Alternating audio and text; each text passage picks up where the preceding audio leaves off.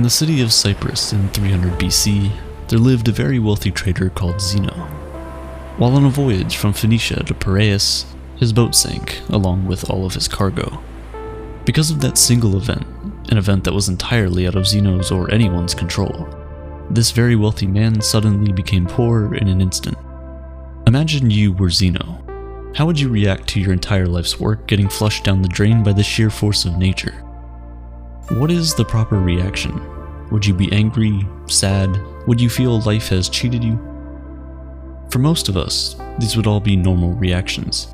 But not for Zeno, the father of Stoicism.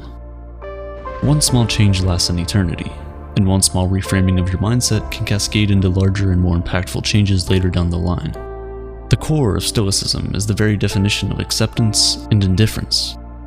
After reading the works of Socrates and other great philosophers, Zeno created and taught Stoicism. According to Zeno, although we don't have much control over what happens to us, we do have control of how it affects us, and we must use this control to great effect.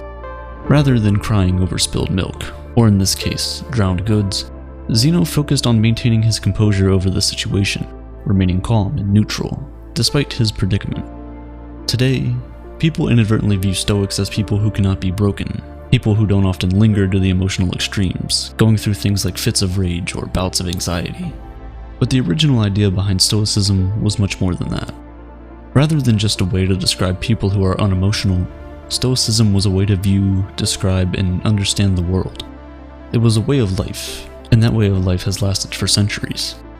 Stoic philosophy can be applied to situations today the same way it was applied thousands of years ago, and its benefits are just as impactful. Stoicism allows us to process these negative emotions from negative experiences, and turn them into the thoughts that give us a unique perspective of the world.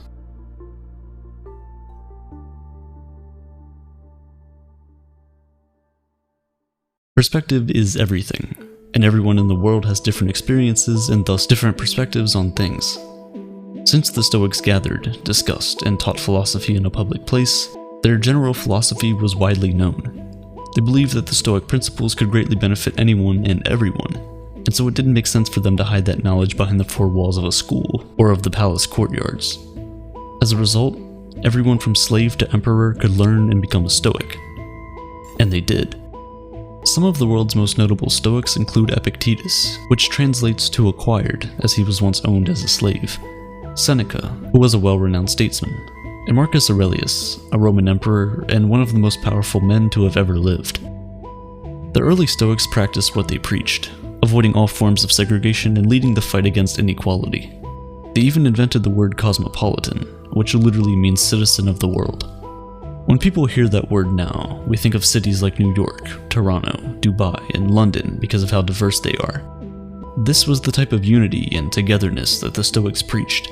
Even at a time when it wasn't popular, women were allowed to freely learn about Stoicism and become Stoics themselves.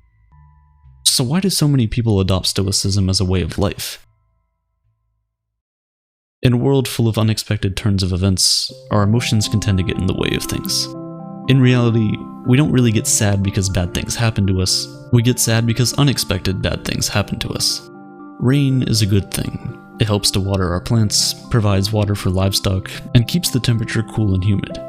But the truth is, when that dark cloud catches you outside without an umbrella, it's never a good experience. So why don't we start crying once it starts to rain? It's because although the situation is bad, we've learned to expect rain. It's something that is unavoidable. We can't control the weather. Although it sucks, the rain passes and the light returns. Stoicism teaches us that, in the same way, we should expect that everything bad that can happen will happen. Picture the worst outcome, and be content knowing it could happen. One of the Stoic exercises is known as voluntary discomfort, an exercise aimed at increasing feelings of gratitude. Sleep on the floor of your kitchen, taking cold showers when you normally take hot ones, eat nothing but potatoes for a few days, things like this. This exercise helps you to understand that no matter how hard it gets, you'll still survive and potentially thrive if your mindset is right. By being able to withstand these uncomfortable situations, we indirectly prepare our mental for future misfortunes. With the current state of the world where advertisements are constantly being shoved down our throats, we're made to believe that if we don't have the next best thing, look a certain way, or make a certain amount of money, that we will never be happy. This message is more important now than ever. We enter the world not knowing much of anything. We grow up being taught things at home, in school, and by observing the world for ourselves. The thing is, a lot of times, all three of these sources of knowledge teach us in different ways. The question is, do we need to internalize all of this knowledge? If we do, we could unknowingly be setting unrealistic expectations for our lives, leaving us ultimately disappointed and unsatisfied in the end. That's no way to live. We should instead focus on improving ourselves, for ourselves. We should do things for ourselves and only for that reason. Attaching any external hope or secondary attachments to the actions we take almost always lead to disappointment. Most of the time, we end up trying to fulfill that emptiness with external things, blowing all your money on a fancy car, a house, or even starting a family. Sometimes we do all of these things for their external value and not their internal value. But Stoicism teaches that if you approach life this way, you place your happiness in the hands of external forces, forces that can always fail. Cars almost always break down, natural disasters wipe away entire cities, and divorce rates climb higher and higher each year. But even the free things in life come at a cost. The cost of space, both physical and mental. As Seneca once wrote, "Learning to live with less will create space in your life for the things that truly matter to you." Instead, we must place our happiness on our intrinsic value as humans and on nothing we have or can physically acquire. We must choose to do our best to keep a cool head, regardless of what life throws at us. Because regardless of what it is we want, at the end of the day, we don't have any control over the majority of things that happen to us, but we do have all the control over how we react to those things. That is the dichotomy of control, the most important principle in Stoic philosophy. Stoics teach that we must learn to separate what we control from what we cannot control. We need to determine our value not from things we can't control, but from the things we can.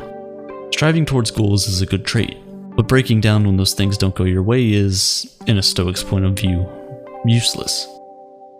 Making YouTube videos is, well, a lot easier than being a Roman emperor, but it can still prove to be challenging sometimes. First, you must form your idea, which takes forever. Then research that idea. Scrap it because it sucks, start over, script the video, create the video, edit it, make the title, thumbnail, and everything else before you hit upload. Everything up until the point where you click upload is all up to you. However, once you click that upload button, the power shifts to the YouTube algorithm.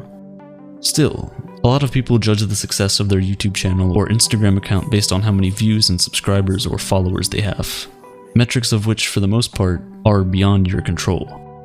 Stoics teach that instead, you should judge the success of your work based on the amount of effort you put in, and not on the outcome of your external hopes. Trust the process. Think about a person who has been working hard at their job for the past 6 months. He now feels he deserves a promotion, and so he walks up to his boss with his performance report. The boss says thanks, doesn't grant him the promotion, and he goes home thinking he must suck at his job. He doesn't consider that the boss might have simply woken up angry, someone else might have been better qualified at the time, or maybe the company was just losing money and couldn't afford it. He doesn't know the reason, but he's still upset. If he simply placed his value on the quality of the performance report he turned in, kept doing what he was doing to earn the promotion he wanted, he could have been much happier overall. With the right perspective, his goal wouldn't have been diminished, but just postponed. It's this reframing of your mindset that is crucial. A true Stoic does not view their successes based on the financial gain of their ventures, but is comforted by the fact that they can live a comfortable life without all the things money can buy. These are the 4 main virtues of Stoicism: wisdom, courage, temperance, and justice. Wisdom is being able to separate between what is internal and what is external, and the ability to choose our reaction to the things that happen to us. As Viktor Frankl said, between stimulus and response, there is a space, and that space is our power to choose our response. Courage. 2 words: persist and resist. Temperance, or moderation, is what I just did there, doing more with less, saying more with fewer words.